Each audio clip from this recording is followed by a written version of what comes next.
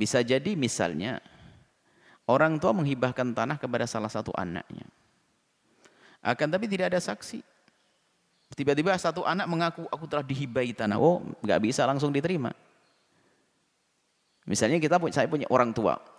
Tiba-tiba saya berkata kepada kakak-kakak saya, oh tanah Umi yang ada di sana telah dihibahkan ke saya. Oh nggak bisa serta-merta begitu. Harus ada saksi dong. Jangan-jangan saya ngaku-ngaku mau menghabiskan, ngaku semuanya telah dihibahkan. Sebab kalau hibah itu sah. Selagi masih hidup, hibah itu diberikan kepada siapa saja sah. Kepada masjid, kepada ini, selagi masih hidup. Jadi harus pembuktiannya dulu.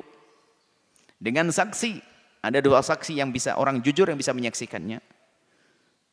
Nah, itu harus ada saksi, ada bukti.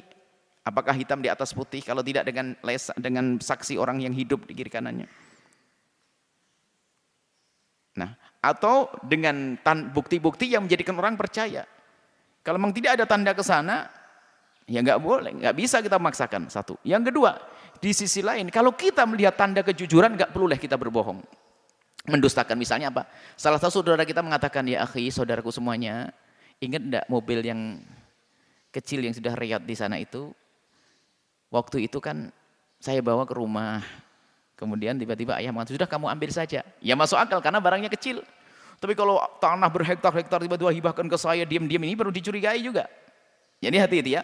Jadi sisi kita yang mendapatkan hibah, nggak boleh kita maksa yang lainnya selagi kita tidak punya saksi karena belum tertulis dalam surat. Hitam di atas putih, belum pindah atas nama kita.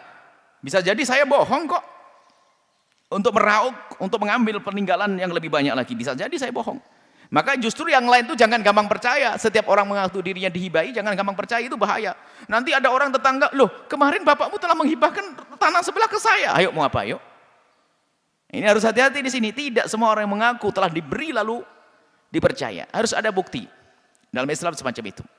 Kemudian setelah itu, kalaupun tidak ada bukti tapi orang percaya boleh. Misalnya ya gini, saya anak satu-satunya, anak saya dengan saudara saya ngomong, kakak, Umi telah memberikan tanah saya bagian yang di sana. Loh kakak percaya, sah-sah saja, selesai.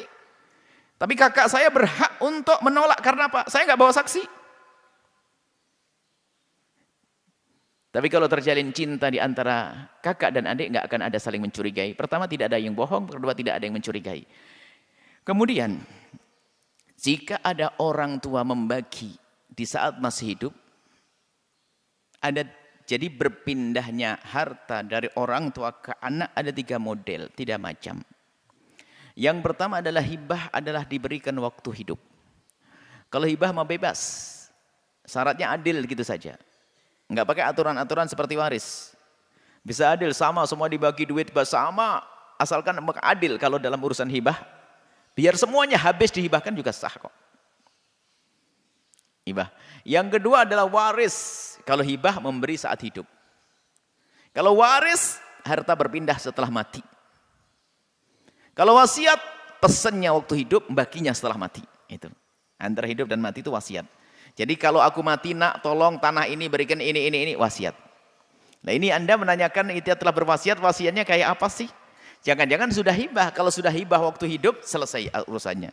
Tapi kalau ternyata wasiat, perlu dilihat. Jika wasiat kepada ahli waris tidak diperkenankan, kecuali sepertiga dan itu pun persetujuan semua ahli waris. Ingat, jika wasiat harta orang yang meninggal itu untuk diberikan kepada ahli warisnya, maka la wasiat ahli warisin. Enggak ada wasiat untuk ahli waris.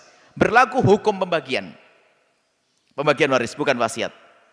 Kecuali dari pihak keluarga semuanya menyetujui wasiat tersebut. Contoh seorang bapak yang berkata kepada anaknya, berwasiat, nak tolong kalau aku mati nanti itu rumah yang harganya 1 miliar, gede-gede aja biar gampang. Ini buat anak ini kalau aku mati. Belum dikasihkan waktu hidup. Aku wasiat.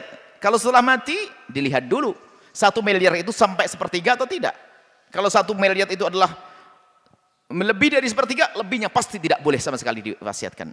Kalau sepertiganya lihat setuju, yang lainnya setuju enggak bisa jadi wasiat. Enggak bisa dijalankan wasiat, maka dibagi waris. Jadi kelihatannya, nah kita belum tahu betul sepertinya itu adalah itu wasiat, akan tapi ternyata ada ahli waris yang belum setuju sehingga mau dibagi dengan cara waris. Nah, seperti itu, maka kembalikan pada ulama. Dan jika Ini kejadian yang sesungguhnya, Anda bisa menulis yang rapi, panjang ceritanya, kirimkan ke Al-Bahjah, nanti akan kami beri jawaban tertulis juga. Biar nanti menyampaikan kepada saudara-saudari Anda, bukan Anda, tapi surat. Supaya tidak terjadi percekcokan. Kalau Anda bahas ini di dalam keluarga, maka yang terjadi adalah percekcokan, perselisihan, malah menjadi kerenggangan, bahkan mungkin keretakan sebuah keluarga. Itu saja. Semoga Allah mengampuni semuanya, dan mengangkat derajat kita semuanya. Dan semoga Allah mengampuni orang tua kita yang telah mendahului kita, yang masih hidup panjang umur dalam ketaatan, sehat walafiat. Allah alam bisawab.